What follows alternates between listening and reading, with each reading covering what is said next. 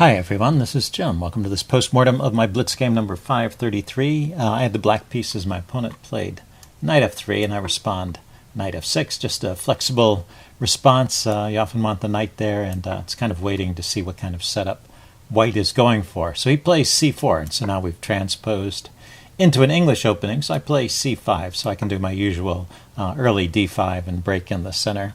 And he plays an unusual move here, b3. You can see top choices here, knight c3 or g3. Those are very typical English moves, or d4. White can go ahead and break in the center himself and have a decent position too. So b3 is a bit unusual. Let's see, the engine thinks this gives a bit of an edge to black, but so early in the game that doesn't really amount to much. It's just a different way of playing.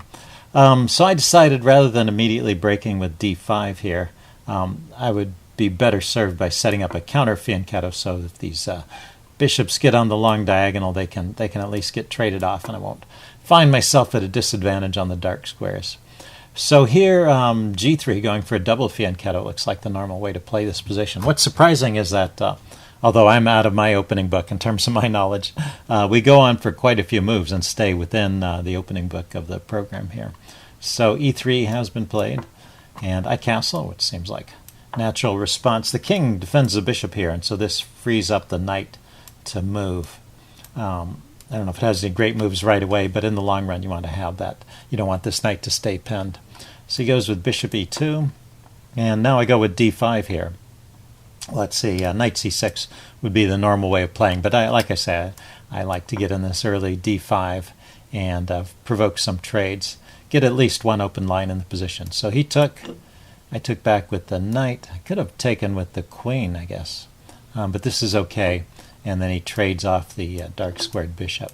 So this does leave me without a bishop here defending the dark squares, but by the same token, white doesn't have a bishop to take advantage of those dark squares. He's going to have to use his knights. And the development's about even. This is probably about an even position. He went ahead and castled here and played knight c6. And he goes queen c1. It's interesting, that's still in the book. And then right here I play the first move that's not in the book. So queen to d6 is, this pawn, the c pawn, is under attack by his queen c1 move. And I need to defend it. I defended it with b6, but it leaves a weak knight here. The knight on c6 is undefended after I play b6. So defending with the queen defends the pawn, defends the knight, and prepares b6, which is probably a move I want to play anyway, because it opens up this square on b7 for the bishop. So it's a good move in the long run, but I need to prepare it better. So when I play the immediate b6, actually he can take advantage of this loose knight here and play d4 and get a pretty decent edge out of this position. You'll see the evaluation of the chess engine. Yeah, it climbs as it evaluates that. Looks like a good way for white to get an advantage here. Anyway, he didn't play that, and he went with knight c3. I went with e5, going for this kind of Meraxi bind setup. You know, he can still try and take advantage of of the c file, and maybe not right away. His knight's in the way. I was going to say at some point maybe he has the move b4 to undermine this structure as well. Let's see. He took. I took back with the queen, and he played d3 here. Okay, so yeah, at this point I've actually gotten more space in the center, and I have a slight edge here. He goes bishop. Oh, it's my turn. I go bishop a6. Oh, that's one of the moves. And bishop b7 is a natural move too. But I thought this was kind of interesting, taking a look at his weak d pawn. Let's see. He went rook to d1, and I went rook a to d8, piling up on the d file. He goes queen b2. Go f6. So I want to securely defend this center here. Don't want to have to always have my pieces tied down to the defense of the e5 pawn, so play f6 to hold on to that. He goes a3, and let's see, queen e6, so a little bit of maneuvering, getting off of the d file so that the rook can look at the pawn, and maybe I can double rooks here and get more pressure that way. And now he goes with e4. Right here is another chance for him to take advantage of well, actually, my knight is not loose anymore, but The chess engine likes b4, trying to undermine my queenside pawns. So this e4 move is probably a mistake. It's a positional kind of mistake. It leaves this d pawn backwards, and that's a target, and I can pile up on it. And I start with this move, knight to d4, which I'm hitting the pawn over here, so it's kind of provoking a trade. I'm also hitting the bishop, and I might trade that off and win the d pawn. So he's pretty much forced to take that, and I take back with the rook, and now I'm in a perfect position. This rook is on a square it can't be chased off of. It's a dark square, and he only has a light squared bishop, and I can pile up pressure on the d file at my leisure and probably win this pawn in the long run. So I should be doing pretty well here, and I think I keep the edge for a while. Let's see. He goes rook d2. He's preparing to defend this. I double on the d file. He brings his other rook over. And I lift up my rook. I'm going to bring the queen behind, so I get all of my pieces piled up on that pawn. He goes queen c2. He's defending it with all his pieces. And I go queen d7. So bishop to f1 now, just dropping back. Maybe he's preparing to maneuver some pieces on the second rank. And let's see, I played rook to c6. The engine is recommending bishop b5 or bishop b7.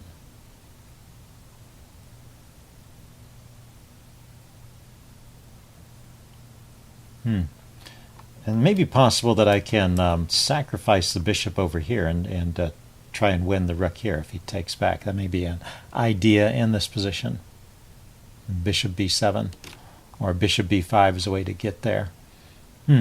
Okay, I didn't think about that. I played rook c6. I wasn't sure, actually. I can't immediately take this pawn. He's got 4 pieces defending and I have 4 pieces attacking, so I have to enter into some phase of maneuvering here where I try and take advantage of these lines that I've set up. So I like this bishop b7 idea, although he can defend with f3, but that creates more holes in his position on the dark square, so that's probably worth doing. Anyway, I played rook c6, which is not a bad move. It was the follow-up here. Well, he plays f3 to shore up his position. I push on with b5. Okay, I'm just trying to break through with the pawns here. He pushes on with b4. And right here is where I make my mistake. I don't know why I didn't think of this. This is kind of an obvious move. If I just take that pawn, it excuse me, it unleashes an attack on his queen by my rook. And so I gain a tempo and probably pick up another pawn, and that's the way to get a winning edge. Now I had the idea, maybe it's because I planned this move out in advance, I had the idea of pushing forward with the c-pawn, which is just not as good. This is basically at best equal for me and maybe slightly better for white. Yeah, I just didn't think this through. After he takes, let's see, how can I escape here? I have to take back with the pawn. And then I'm okay. I was thinking I could line up on this pawn and win it more conveniently, but he can just push it forward. I overlooked that. And after that, he's actually winning. So I need to take back right away. Here, let's go ahead and put it on the board. If I take here, let's see. I thought my rook was hanging. How about if he takes my rook? Oh, it's not hanging because I've got a pawn defending it. Okay, so that's well defended. And I just got my pawn back. Okay, and this is an even position, and he can push on with a4, trying to shut out my bishop and fork these two guys. Bishop drops back to c8, b5, and the rook has to move. Rook c to d6, this way. Okay, and then there are some exchanges, and I keep a slight edge. I've got a passed pawn out of this, so I still had some kind of edge up until this point, and instead of taking the pawn, I took the rook here. He took back naturally, and let's see, he took with the rook. Yeah, because that chases my queen away. My idea was to come here to c7, and I thought, oh, this pawn is pinned and I'm winning. But of course he can just push it forward, and now see the evaluation. Even though white is just one pawn up, the evaluation is swung to 3 points in white's favor. It's because this is a protected pass pawn, and my bishop is just kind of shut out of the game. And yeah, white's just winning here. He has easy ideas of infiltrating along the c-file too. He controls the c-file in addition to those other advantages. So I went from winning to about even to losing in just a space of a few moves there. A couple of inaccurate moves, and it all goes downhill. And anyway, my opponent does a really nice job of finishing this game off. So let's see, I try to maneuver my pieces around. I didn't want to just stay in that passive position and hold on to it. Try and hold on to the pawn and have my pieces be completely passive. But there was not a whole lot for me to do to prevent him from... let's back up. If I don't move my bishop, yeah, I guess I can hold on to this for a while and just try and blockade the position. Maybe that's the best try. The engine is recommending king f8. Okay. Anyway, that would be a difficult position anyway. So this gives up another pawn, but allows me to at least get my pieces into the game. Let's see, he went bishop c4, harassing my rook. And then bishop to d5. So he gets his bishop to a great square after taking off one of my pawns.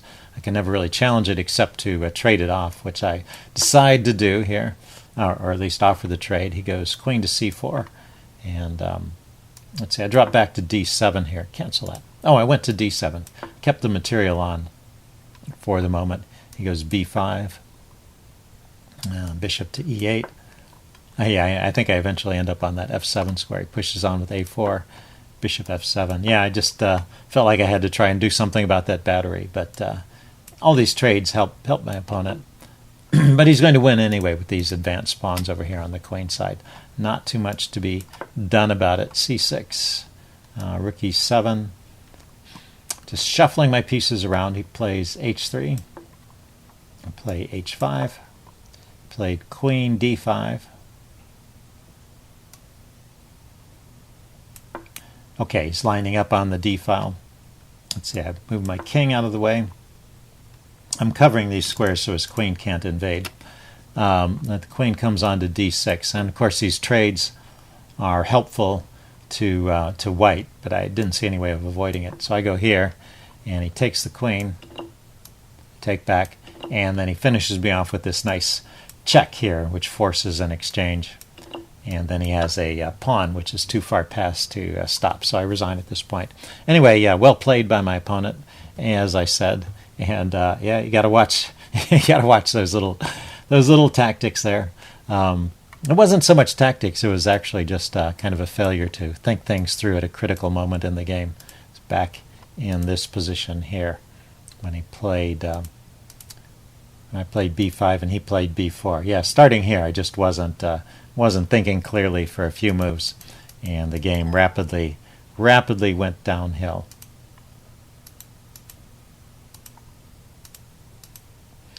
And yeah, and he's winning from that point on. Okay, so we got up to this point, and I resigned. So anyway, leave any comments you have in the section below, and I will see you again soon. Bye.